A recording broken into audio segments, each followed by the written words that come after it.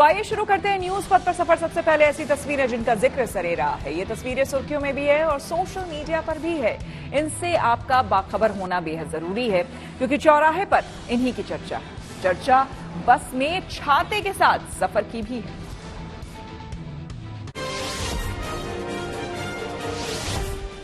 हिमाचल प्रदेश के कांगड़ा की बनेर खड्ड में कुछ लोगों के लिए दमकल कर्मी देवदूत साबित हुए। दरअसल 6 लोग इस खड्ड में नहाने के लिए उतरे थे कि तभी बारिश से खड्ड में जलस्तर बढ़ गया और वे सभी वहीं फंस गए। इसके बाद अफरा तफरी मच गई। ऐसे में तुरंत पास में मौजूद दमकल विभाग के दफ्तर को इसकी सूचना दी गई। फिर खड्ड में एक रेस्क्यू ऑपरेशन शुरू किया गया। इस दौरान ये लोग खड्ड में पत्थरों के सहारे खड़े हो गए ताकि वो तेज बहाव की चपेट में न आए। इसके बाद दमकल कर्मियों ने 2 घंटे तक ये ऑपरेशन चलाया और सभी को निकालकर उनकी जान बचा ली।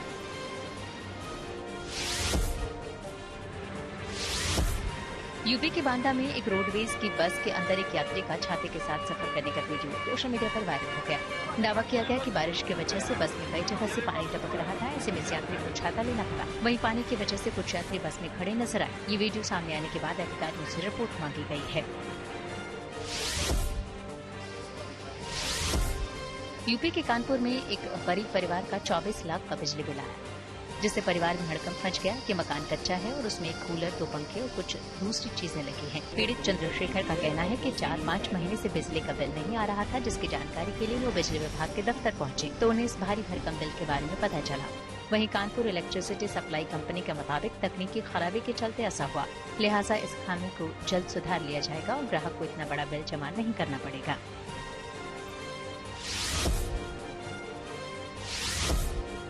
यूपी के फतेहपुर में एक युवक को घर में 5 बार सांप के डसने का हैरत अंगेज मामला सामने आया। हालांकि राहत की बात ये रही कि हर बार अस्पताल में युवक की जान बचा ली गई। कहा जा रहा है कि ये मामला बार बार सामने आने के बाद उसे सभी ने मौसी के घर जाने की सलाह दी, पर वहाँ भी उसे सांप ने काट लिया। अब परिवार के लोग ये कयास लगाने में लगे हैं कि आखिर ऐसा बार बार क्यों हो रहा है।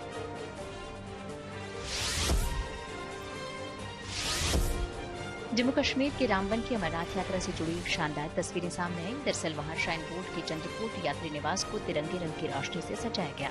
इससे पूरा यात्री निवास शानदार चमकाता दिखाई दिया। 29 जून से शुरू हुई ये अमरनाथ यात्रा 19 अगस्त तक चलेगी। जिंदगी का सफर सुहाना हो, इसके लिए सावधान रहना जरूरी है। रोजमर्रा की आपाधापी में कुछ देर बैठकर सोचना समझना भी जरूरी है कि आपके आसपास क्या हो रहा है और जो कुछ हो रहा है उससे हमारी जिंदगी, हमारा परिवार कैसे प्रभावित हो सकता है। इसलिए हॉर्न बजाकर बाखबर करने वाली खबर जरूरी होती है। और आज की ये खबर डेटिंग ऐप के जरिए हो रही ठगी से जुड़ी है। दिल्ली पुलिस ने ठगों के एक ऐसे गिरोह का भंडाफोड़ किया है जो कि भोले भाले लड़कों को ठगने के लिए टिंडर डेटिंग ऐप का इस्तेमाल कर रहा था और सिविल सेवा की तैयारी करने वाला एक लड़का इनकी ठगी का शिकार हो गया। पुलिस के मुताबिक पीड़ित लड़का एक युवती पर टिंडर ऐप के जरिए उससे मिला। दोनों के बीच बातचीत के बाद बात डेटिंग तक पहुंची। फिक्स किया गया एक कैफे जिसमें पहले से ही युवती के लोग सेट थे, जहां उससे बिल के नाम पर जबरन लाखों रुपए वसूला गया। शिकायत मिलने पर पुलिस ने एक लड़की और एक कैफे मालिक को गिरफ्तार किया है। ऐसे में डेटिंग ऐप्स के जरिए होने वाली ठगी से खुद भी सतर्क हो जाएं और दूसरों को भी सावधान करने के लिए हॉर्न बजाएं।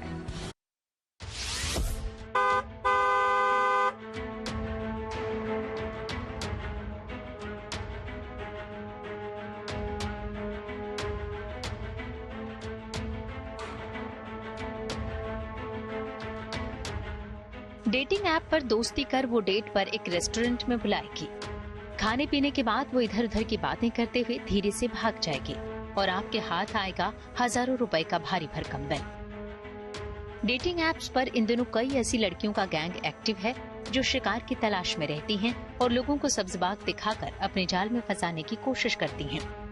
डेटिंग ऐप से पुरुषों के साथ फ्रेंडशिप कर कुछ चुनिंदा रेस्टोरेंट और कैफे में उन्हें बुलाती हैं।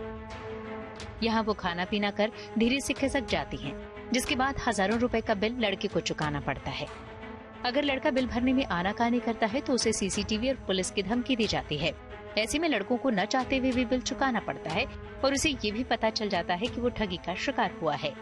अगर आप भी टिंडर जैसे डेटिंग ऐप पर पार्टनर की तलाश कर रहे हैं तो सावधान हो जाइए। इन डेटिंग ऐप पर कई ऐसे गैंग सक्रिय हैं जो लोगों से लाखों रुपए ठग रहे हैं। ऐसा ही एक गैंग दिल्ली पुलिस के हत्थे चढ़ा है। पूर्वी दिल्ली पुलिस के सामने एक ठगी का ऐसा मामला सामने आया कि जिस पर उसे भी यकीन नहीं हो रहा था। दरअसल एक शख्स दिल्ली के शकरपुर थाने पहुंचता है और वहां जाकर उसने शिकायत दी कि उसके साथ ठगी की गई है रेस्टोरेंट के अंदर। और इस मामले में शामिल है एक लड़की, रेस्टोरेंट का स्टाफ और रेस्टोरेंट के मालिकों में से एक मालिक भी इस पूरे घपले में शामिल है। पुलिस ने पूछा कैसे उसके साथ ठगी हुई, तो उसने जो लिखित शिकायत दी, आप देखिए उसने क्या कुछ पुलिस को बताया। दरअसल उसका कहना था कि कुछ समय पहले उसकी मुलाकात एक डेटिंग ऐप पर एक लड़की से होती है। लड़की का नाम उस पे वर्षा लिखा हुआ था। वर्षा से उसकी बातचीत शुरू हो जाती है। बातचीत काफी दिनों तक चलती है। उसके बाद दोनों आपस में नंबर भी शेयर कर लेते हैं। नंबर शेयर करने के बाद उस लड़के का कहना है, चूंकि वो यूपीएससी की तैयारी कर रहा है तो कभी मिलने का टाइम नहीं मिला, लेकिन पिछले हफ्ते उसने बोला कि उस लड़की ने, वर्षा ने बताया कि उसका जन्मदिन है, इसलिए वो मिलना चाहती है। राजधानी दिल्ली में डेटिंग ऐप टिंडर के जरिए एक ऐसे गैंग का पर्दाफाश हुआ है जिस पर यकीन करना बेहद मुश्किल है। डेटिंग ऐप से कैसे ठगी की जाए, इसके लिए पूरा का पूरा रैकेट चल रहा है। इसमें रेस्टोरेंट और कैफे का मालिक, वहां काम करने वाला मैनेजर, स्टाफ और साथ में एक 25 साल की लड़की शामिल थी। लड़की का काम डेटिंग ऐप पर शिकार की तलाश करना था, फिर उसे किसी बहाने रेस्टोरेंट के अंदर बुलाना और बहाना करके अचानक रेस्टोरेंट से भाग जाना था। 24 जून को हमारे पास इंफॉर्मेशन आई थी। एक कंप्लेनेंट ने हमें बताया कि टिंडर पे वो एक लड़की से मिले थे। उस लड़की ने उनको ब्लैक मिरर कैफ़े, जो कि शकरपुर थाने के इलाके में पड़ता है, वहाँ पे बुलाया था, जहाँ पे over dinner they had a few snacks and drinks. Eventually लड़की एक इमरजेंसी कॉल के बहाने वहाँ से निकल जाती है और बाद में रेस्टोरेंट ओनर्स ने तकरीबन 1.25 लाख रुपए का बिल उनको दे दिया और ज़बरदस्ती उस बिल की वसूली उनसे कर ली। पूरे मामले की जांच करने के बाद हमें पता चला कि इस तरह से ये एक ऑर्गेनाइज तरीके से रैकेट रन किया जाता है। इस गैंग की जानकारी दिल्ली पुलिस को तब हुई जब 24 जून को शिकायतकर्ता दिल्ली के शकरपुर थाने में पहुंचा। सिविल सर्विस की तैयारी कर रहे पीड़ित लड़के ने पुलिस को बताया कि एक लड़की से उसकी बातचीत डेटिंग ऐप पर हुई थी। 23 जून को लड़की ने कहा कि उसका जन्मदिन है और उसने लक्ष्मी नगर के कैफे ब्लैक मिरर में बुलाया। वहाँ स्नैक्स और 2 केक खाए। उसके बाद पारिवारिक मुद्दों का हवाला देकर लड़की बिना बताए वहाँ से चली गई। इसके बाद लड़के को 1,21,917 रुपए का बिल थमा दिया गया। पुलिस पूछताछ में ये खुलासा हुआ कि ब्लैक मिरर कैफे के मालिक के अलावा और भी लोग हैं। ये लोग टेबल के हिसाब से मैनेजर रखते हैं। जब लड़की किसी ग्राहक को फंसाकर रेस्टोरेंट में लाती है तो जो भी बिल बढ़ाकर वसूला जाता है उसके 3 हिस्से होते हैं।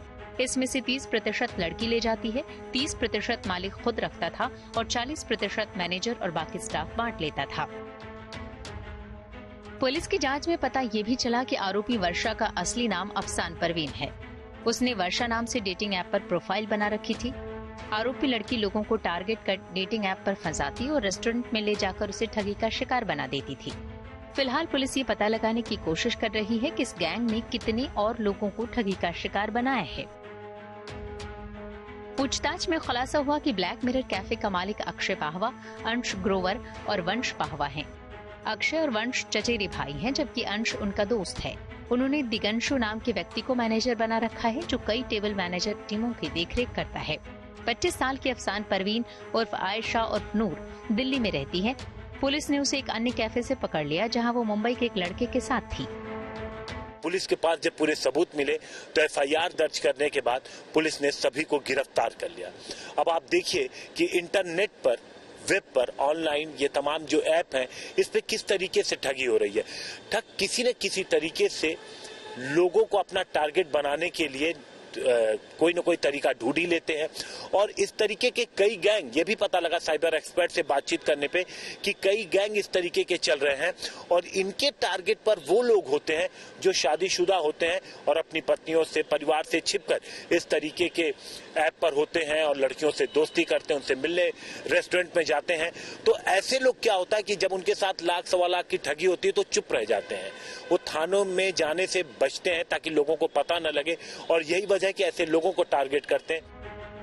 ऐसे में सवाल है कि डेट के नाम पर हो रहे इस फर्जीवाड़े से कैसे बचें और डेट पर जाते समय किन बातों का ध्यान रखना जरूरी है। पहली डेट पर जाते समय किसी जाने पहचाने और पॉपुलर रेस्टोरेंट या कैफे में जाएं। रेस्टोरेंट या कैफे में लगे सीसीटीवी कैमरों को देखें। साथ ही ये भी ध्यान दें कि कहीं कोई छिपा हुआ कैमरा तो नहीं है। अगर आप किसी अनजान रेस्टोरेंट में गए हैं और आपको कुछ संदेह होता है तो मेन्यू देखें और रेट लिस्ट चेक करें। साथ ही ये भी पूछें कि कोई हिडन चार्ज तो नहीं है।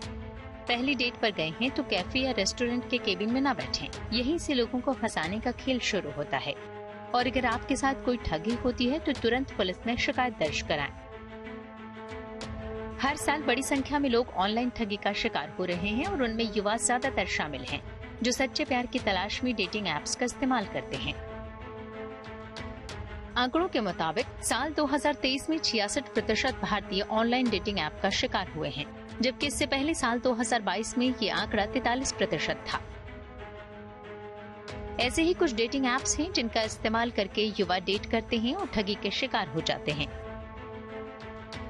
टिंडर, जुस्क, Bumble, Happn, Woo, OkCupid, Match, Once, Hinge, Huggle, The League, Chappy, Plenty of Fish और लेस्ली जैसे तमाम ऐप्स हैं जिन पर लोग डेटिंग करते हैं। इसके साथ ही ये भी जानना जरूरी है कि भारत में डेटिंग ऐप इंडस्ट्री कितनी बड़ी है। भारत में डेटिंग ऐप यूजर्स 5 साल में 293% बढ़े। 2019 में 2 करोड़ भारतीय डेटिंग ऐप इस्तेमाल करते थे, जबकि 2024 में ये आंकड़ा बढ़कर 8.24 करोड़ पहुंच गया। दुनिया के डेटिंग ऐप मार्केट में भारत 5वें नंबर पर है। दुनिया भर में 1500 से ज्यादा डेटिंग ऐप और वेबसाइट हैं। हालांकि डेटिंग ऐप्स पर किसी से दोस्ती करना गलत नहीं है, क्योंकि कई अच्छे लोग भी यहाँ मिलते हैं। डिजिटल जमाने में जब लोग अपने में ही बेहद बिजी रहते हैं, ऐसे समय में इन डेटिंग ऐप्स का चलन काफी बढ़ जाता है। लेकिन ठग इसी का फायदा भोले भाले लोगों को अपना शिकार बना लेते हैं। लिहाजा डेटिंग ऐप्स के जरिए होने वाली ठगी से खुद सतर्क हो जाएं और दूसरों को भी सावधान करने के लिए हॉर्न बजाएं। दिल्ली से अमरजीत सिंह के साथ Himanshu Mishra, good news today. Hathras भगदड़ हादसे पर प्रधानमंत्री मोदी और राहुल समेत कई नेताओं ने जताया दुख। मुआवजे का भी किया गया ऐलान। आइए सीधे आपको लिए चलते हैं न्यूज एक्सप्रेसवे पर, जहां देश भर की कुछ और जरूरी खबरें कर रही हैं आपका इंतजार। दिल्ली के मुख्यमंत्री अरविंद केजरीवाल की याचिका पर हाईकोर्ट ने सीबीआई को नोटिस जारी किया और 7 दिन के अंदर जवाब मांगा। वहीं उसके बाद 2 दिन में केजरीवाल सीबीआई के जवाब पर अपनी आपत्ति दर्ज करवा सकेंगे। अब मामले की अगली सुनवाई 17 जुलाई को होगी। मॉनसून समय से 6 दिन पहले ही देश भर के हर हिस्से में पहुंच गया। ये जानकारी मौसम विभाग ने दी। पहले मॉनसून का समय 8 जुलाई था, लेकिन अब ये 2 जुलाई यानी मंगलवार को पूरे देश में अपना जाल बिछा चुका है और गुजरात, हिमाचल प्रदेश और असम समेत कई राज्यों में भारी बारिश हो रही है।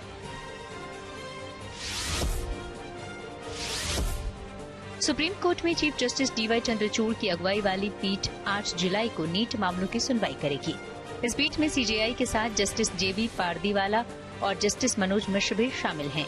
अभी तक की कार्यसूची के मुताबिक नीट मामले पर 24 याचिकाएं हैं। वहीं माना जा रहा है कि 8 जुलाई से पहले कुछ और याचिकाएं इसमें जुड़ सकती हैं। मुंबई के चेंबूर में कॉलेज की ओर से छात्रों के लिए ड्रेस कोड का नियम लागू किया गया। इसके लिए एनजी आचार्य एंड के मराठे कॉलेज प्रशासन की तरफ से एक नोटिस जारी किया गया है, जिसमें सभी लड़कों को फॉर्मल ड्रेस पहनकर कॉलेज आने की हिदायत दी गई है। इस नोटिस में ये भी साफ किया गया है कि जो छात्र जीन्स और टी शर्ट में आएगा उसे कॉलेज के अंदर नहीं आने दिया जाएगा। पंजाब के फाजिल्का में पाकिस्तान की एक और साजिश नाकाम हो गई। दरअसल वहां बीएसएफ ने घुसपैठिए को मार गिराया। ये मामला फाजिल्का बॉर्डर के पास का है। बताया गया कि इस पाकिस्तानी घुसपैठिए को बीएसएफ के जवानों ने रुकने की हिदायत दी, लेकिन वो नहीं माना और उसे ढेर कर दिया गया।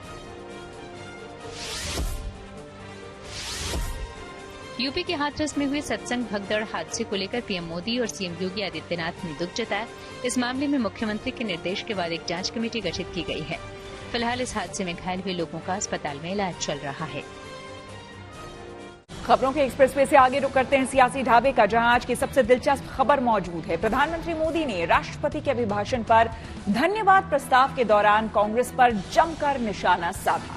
उन्होंने हिंदू, अग्निवीर और संविधान पर विपक्ष को आईना दिखाया और राहुल गांधी के उठाए सभी सवालों को सिलसिलेवार तरीके से जवाब दिया।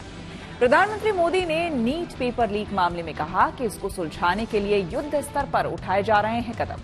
वहीं राहुल गांधी की स्पीच जब बवाल इस पर खड़ा हुआ तो स्पीकर ने भाषण के कुछ अंशों को संसद के रिकॉर्ड से निकाल दिया।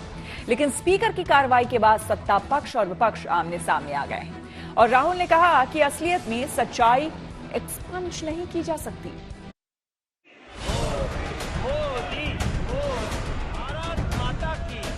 ये झूठ नैरेटिव का परिणाम देखिए।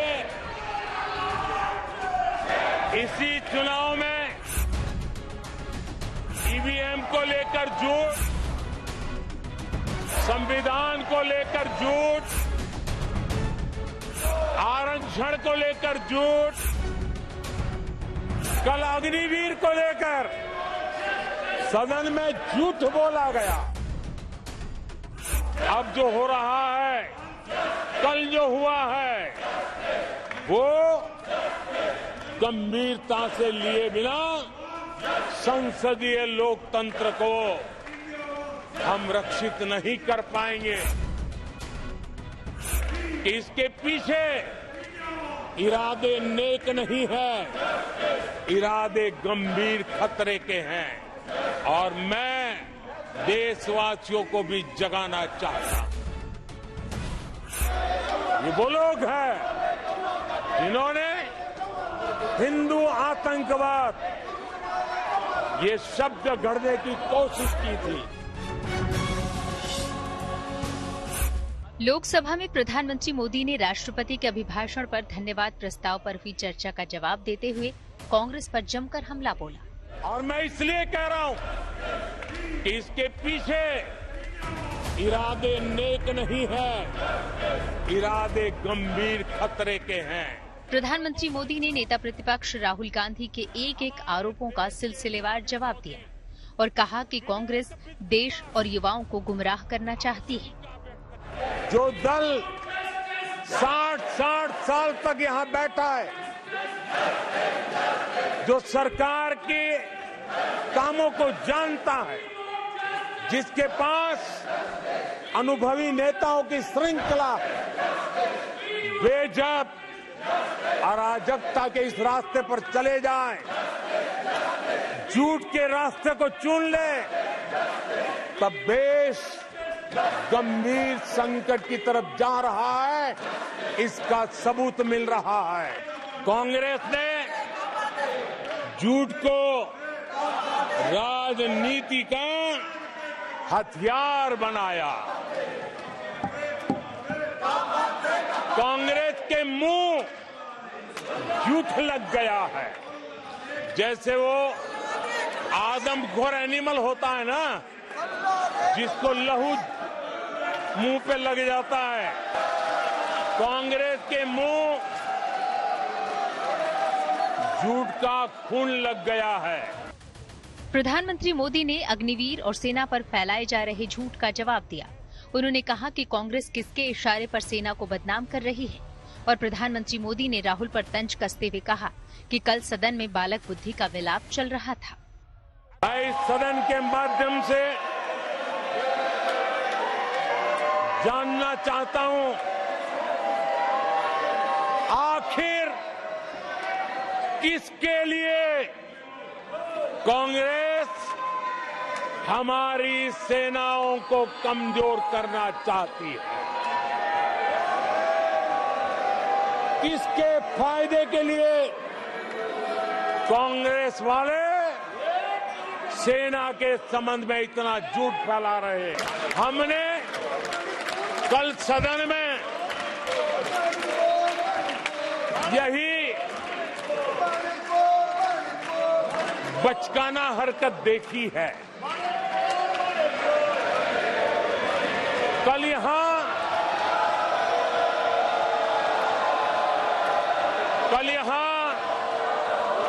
बालक बुद्धि का विलाप चल रहा था। मुझे मारा गया, मुझे इसने मारा, मुझे उसने मारा, मुझे यहां मारा, मुझे वहां मारा, ये चल रहा था। प्रधानमंत्री मोदी ने हिंदुत्व पर दिए राहुल के बयान का भी मुद्दा उठाया। कहा कि हिंदुओं को बदनाम करने की साजिश हो रही है। ये कहा गया हिंदू हिंसक होते हैं? ये है आपके संस्कार? ये है आपका चरित्र, ये है आपकी सोच, ये है आपकी नफरत इस देश के हिंदुओं के साथ।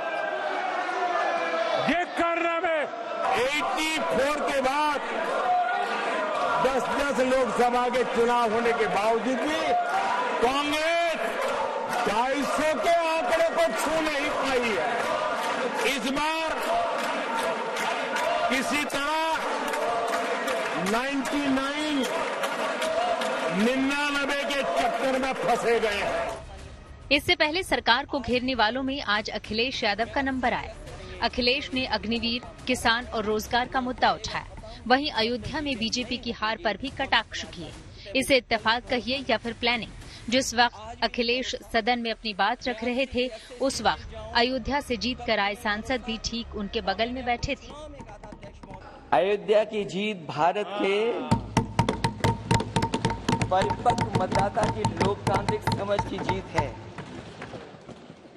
और हम तो अध्यक्ष महोदय यही सुनते आए हैं, होए वही जो राम रची राखा। ये है उसका फैसला। अध्यक्ष महोदय, होई वही जो राम रची राखा,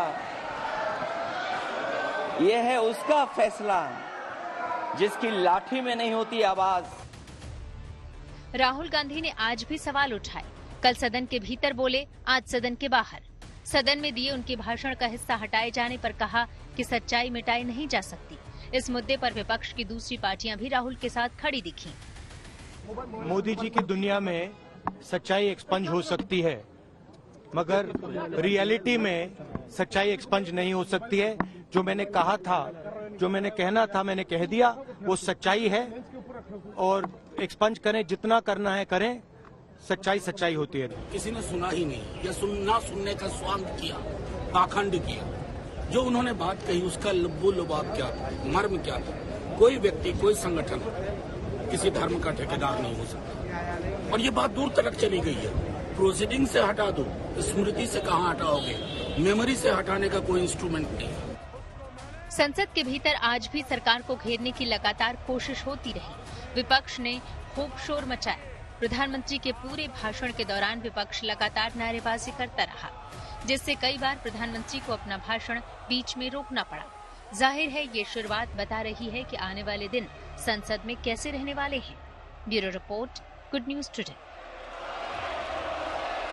न्यूज वक्त पर आगे है धन बाजार, जहां शेयर बाजार से लेकर कारोबार तक की सभी अहम खबरें होती हैं और इसका सीधा रिश्ता आपकी आमदनी आपकी जेब से होता है। तो तेज रफ्तार खबरों के बीच ये जरूरी खबरें छूट ना जाए, इसलिए सीधे आपको लिए चलते हैं धन बाजार। दिन भर उतार चढ़ाव के बाद शेयर बाजार मामूली गिरावट के साथ बंद हुआ। हफ्ते के दूसरे कारोबारी दिन सेंसेक्स 35 अंक फिसलकर 79,441 पर बंद हुआ। वहीं निफ्टी भी 18 अंक लुढ़का, ये 24,124 पर बंद हुआ। बैंकिंग, ऑटो और मेटल समेत कई सेक्टरों के शेयरों में गिरावट रही।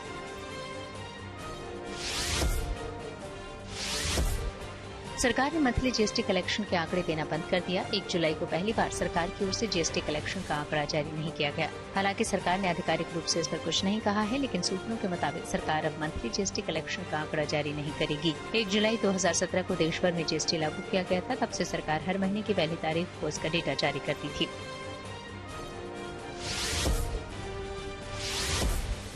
बाइक बनाने वाली इटालियन कंपनी डुकाटी जल्दी ही भारत में अपनी नई motorcycle hyper motard 698 mono launch करने वाली है। फिलहाल कंपनी ने इसकी झलक दिखाई है। कंपनी के मुताबिक अगले कुछ हफ्तों में ये मोटरसाइकिल भारत में लॉन्च की जाएगी। हाइपर मोटार्ड 698 को सीबीयू यूनिट के रूप में भारत लाकर बेचा जाएगा, यानी ये बाइक पूरी तरह से बाहर से ही बनकर आएगी और इस वजह से हाइपर मोटार्ड 698 की कीमत भारत में ज्यादा हो सकती है।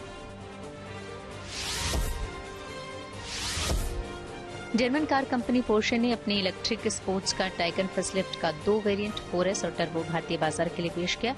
इसके 4S वेरिएंट की कीमत 1.89 करोड़ रुपए और टर्बो वेरिएंट की कीमत 2.53 करोड़ रुपए रखी गई है। पोर्शे टाइगन फेसलिफ्ट को ग्लोबल मार्केट में इसी साल फरवरी में पेश किया गया था।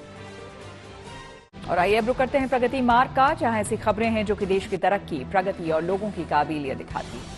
जब बात दुनिया में पर्यावरण बचाने की हो रही हो, दुनिया प्रदूषण से जूझ रही हो, तो ऐसे में भला हमारा महान देश इसे बचाने में भला कैसे पीछे रह सकता है। छत्तीसगढ़ के दुर्ग में भी इसी मकसद से न सिर्फ एक फुल प्रूफ प्लान बनाया गया, बल्कि इसकी नींव भी रख दी गई। यह है राज्य का पानी पर तैरता पहला सोलर पावर प्लांट।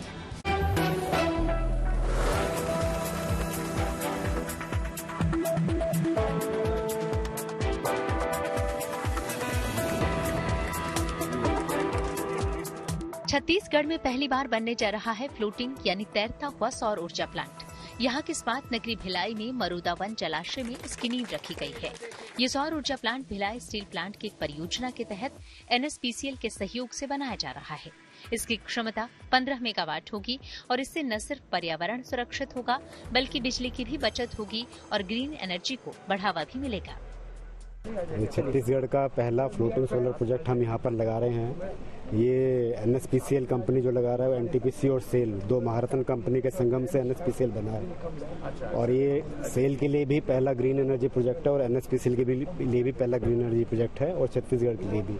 तो इसलिए इसकी और स्पेशल इसका महत्व है और हम कोशिश करेंगे कि जल्दी से जल्दी इस प्रोजेक्ट को पूरा करके, और हम सेल से और भी इसमें बातचीत चल रहा है कि और कहाँ पर हम और रिन्यूएबल एनर्जी के प्लांट लगा सकते हैं। भिलाई में भी और बाकी सेल के प्लांट्स में भी हम जगह या रिजर्वायर देख रहे हैं जहां पर और ये हरित ऊर्जा के हम प्लांट लगा सकते हैं।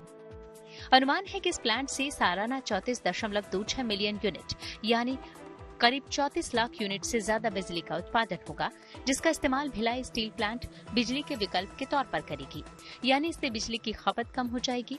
यहाँ बिजली से होने वाले काम सोलर एनर्जी से होंगे। इसका एक और फायदा ये होगा कि इससे कार्बन उत्सर्जन में भी कमी आएगी। माना जा रहा है कि इससे कार्बन उत्सर्जन में सालाना करीब 28,330 टन की कमी आएगी। फायदा हमको ये भी दिख रहा है कि हमको पानी का जो एवापोरेशन लॉस है उसको कम करना है, तो इससे ये भी कम होता है क्योंकि ऊपर एक सतह के ऊपर कवर बन जाता है और इसके साथ भी ऊर्जा पैदा होती है जो कि हमारे, और स्टील प्लांट आप जानते हैं कि काफ़ी ऊर्जा की ज़रूरत पड़ती है पावर की, तो इसमें ये काफ़ी सहायता करेगी और ताकि हम कोयले पे जो हमारा अभी जो निर्भरता है उसे कम कर दें और हम कार्बन डाइऑक्साइड एमिशन जिसकी क्या बहुत ज़रूरत है, आप देख रहे हैं ग्रीन हाउस इफेक्ट के कारण जो ग्लोबल वार्मिंग हो रहा है, ये तो सिर्फ एक शुरुआत है। अभी 15 मेगावाट से शुरू किया है, आगे और योजनाएं हैं हमारे मरोदा 1 में भी और फिर मरोदा 2 में भी। पिछले सप्ताह ही इस फ्लोटिंग सोलर प्लांट की नींव रखी गई है और मई 2025 तक इसे पूरा करने का लक्ष्य रखा गया है। इस परियोजना का एक मकसद भिलाई स्टील प्लांट में बिजली की खपत को कम करना और ग्रीन एनर्जी को बढ़ावा देना भी है। यह छत्तीसगढ़ में अपनी तरह की पहली परियोजना है जो राज्य में भविष्य की ग्रीन एनर्जी परियोजनाओं के लिए एक मिसाल बन सकती है। छत्तीसगढ़ के दुर्ग से रघुनंदन पंडा, गुड न्यूज टुडे। न्यूज पथ के सफर में अब सोशल अड्डा का रुख करते हैं, जहां आज बात होगी प्लास्टिक की। एक तरफ प्लास्टिक की वस्तुएं इंसान की जिंदगी का अहम हिस्सा बन चुकी हैं, तो वहीं दूसरी तरफ यही प्लास्टिक पर्यावरण के लिए सबसे बड़ा खतरा बन गई है। ऐसे में सरकार ने सिंगल यूज प्लास्टिक के इस्तेमाल को रोकने जैसे कई कदम उठाए हैं। इस बीच राजस्थान में सरकार ने प्रतिबंधित प्लास्टिक वस्तुओं को लेकर एक बड़ी पहल की है। राजस्थान सरकार ने पूरे प्रदेश में प्रतिबंधित प्लास्टिक वस्तुओं को स्टोर करने, बेचने और इस्तेमाल किए जाने की जानकारी देने वाले को 10,000 रुपए का इनाम देने की घोषणा की है। राजस्थान को प्लास्टिक मुक्त बनाने के लिए राज्य प्रदूषण नियंत्रण मंडल की ओर से इनाम की घोषणा शुरू हो गई है।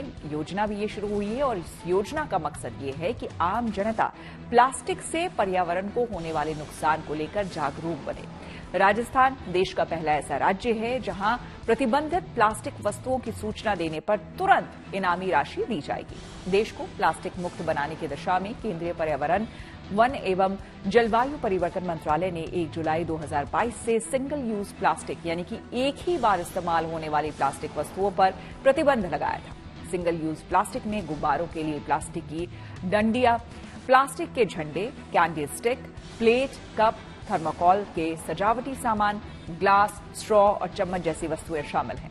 इसके अलावा मिठाई के डब्बों और इन्विटेशन कार्ड को पैक करने वाली 100 माइक्रोन से कम मोटाई की प्लास्टिक भी शामिल है। जाहिर है प्लास्टिक कचरा आज पूरी दुनिया के लिए सबसे बड़ा खतरा बन गया है। प्लास्टिक कचरे में सबसे ज्यादा सिंगल यूज प्लास्टिक वस्तुएं देखने को मिलती हैं। राजस्थान में प्लास्टिक के इस्तेमाल को रोकने के लिए शुरू की गई इनामी योजना पर जयपुर में हमने कुछ लोगों से बात की और उनकी राय जानी। रिवार्ड स्कीम हमने प्रदूषण नियंत्रण मंडल द्वारा आरंभ किया गया था। इसमें सेव स्टोरेज एवं ट्रांसपोर्टेशन, यानी कोई भी इसको भंडारण करते या फिर सेल भी करते या बाहर से कोई ट्रांसपोर्ट करके अभी आते हैं, उसको भी रोकथाम करने के लिए ये रिवार्ड स्कीम हमने प्रारंभ किया गया था। इसके अंदर कोई भी इन्फॉर्मेंट इसको अंदर सूचना देने वाले को 10,000 रुपये का इनाम दिया जाएगा। तो कम से कम 50 किलो का कोई भी मतलब कहीं भी इस तरफ से अगर सिंगल यूज प्लास्टिक या संबंधित वस्तु अगर मिल जाएगा तो उसका सूचना पर ये मिलेगा। अधिक से मतलब 10,000 रुपये तक इनाम इसमें दिया जाने के प्रावधान है। कोर्ट का ये फैसला क्या देखते हैं? निश्चित रूप से प्लास्टिक का जो यूज हो रहा है और खास करके जो सिंगल यूज प्लास्टिक है, लेस देन 100 माइक्रोन प्लास्टिक है, वो हमारे पर्यावरण के लिए बहुत ज्यादा नुकसानदायक है। तो राजस्थान पोल्यूशन कंट्रोल बोर्ड ने नियम पहले से बने हुए हैं और ये प्लास्टिक का बैन पहले से लगा हुआ है, लेकिन फिर भी जो धड़ल्ले से प्लास्टिक हर जगह चल रहा है, लोग उसको इस्तेमाल कर रहे हैं। तो अभी गवर्नमेंट ने, बोर्ड ने ये जो फैसला किया है कि जो इन्फॉर्मेशन देगा उसे 10,000 रुपए का पारितोषिक दिया जाएगा, तो निश्चित रूप से इसमें थोड़ी गति आएगी। मूल रूप से क्या है कि हमें हमारे आम जीवन में, रोजमर्रा के जीवन में प्लास्टिक का यूज कम से कम कैसे करें, इसकी आदत बनानी है। ये बहुत जरूरी कदम था। पिछले कई वर्षों से हम देख रहे हैं कि लगातार कैंसर के पेशेंट बढ़ रहे हैं। हम देखते हैं छोटे छोटे जो चाय बनाते हैं, चाय का ट्रांसपोर्टेशन होता है, जो वेजिटेबल्स है, सब्जियां पक्की पकाई है, होटल्स के सामान है खाने पीने के, ये सारे के सारे सिंगल यूज प्लास्टिक का यूज हो रहा है और ये जब गर्म होता है तो घुल करके इसका कंटेंट खाने में आता है और जो इतना सारा कैंसर बढ़ रहा है हम देख रहे हैं लगातार, तो इसमें कहीं ना कहीं इसका बहुत ज्यादा योगदान है और इसको निश्चित रूप से बंद होना चाहिए। इसकी जगह पर जो अच्छे बायोडिग्रेडेबल आइटम्स है उनमें इसका यूज हो, तो इसको रोकने में यह नियम बहुत कारगर सहायक होगा। मुझे लगता है कि गवर्नमेंट को ये स्टेप उन्होंने स्टाइल बहुत अच्छा है, लेकिन इसके साथ उन्हें एक सुपीरियर ऑल्टरनेटिव लोगों को बताना चाहिए, क्योंकि देखिए प्लास्टिक का यूज कौन करने वाला है, या तो सेलर है या कंज्यूमर है। उनको आपको ये अवेयर करना है कि इसका जो सुपीरियर ऑप्शन है वो ये है, तो वो समझ पाएंगे कि हाँ हमें प्लास्टिक बैन करना है। जैसे मान लीजिए हम उन्हें बता रहे हैं कि जूट का बैग यूज कीजिए, तो हमें गवर्नमेंट को साथ साथ ये अवेयर करना पड़ेगा, प्रमोशनल वीडियोस लाने पड़ेंगे कि जी आपके पास में प्लास्टिक इसलिए खराब है, इसलिए उसको बंद करना है, और उसके साथ में आपके पास प्लास्टिक से बेहतर ये ऑप्शन है जिसकी तरफ आप शिफ्ट हो सकते हैं। नेपाल की सत्ता में हो सकता है बड़ा फेरबदल। आइए सीधे आपको लिए चलते हैं न्यूज एक्सप्रेसवे पर, जहां देश और दुनिया की कुछ और जरूरी खबरें कर रही हैं आपका इंतजार। जम्मू कश्मीर में अमरनाथ यात्रा से जुड़ी एक बस के ब्रेक फेल हो गए, लेकिन राहत की बात ये रही कि एक एक कर कई श्रद्धालु चलती बस से कूदते रहे। ये मामला बनिहाल के पास का है। पंजाब नंबर की ये गाड़ी अमरनाथ यात्रा से वापस पंजाब जा रही थी, लेकिन तभी रास्ते में ड्राइवर को एहसास हुआ कि गाड़ी के ब्रेक फेल हो गए हैं। फिर किसी तरह इस बस को पहाड़ी के किनारे सड़क पर रोका गया। इस घटना में कुछ यात्रियों को हल्की चोटें आई हैं।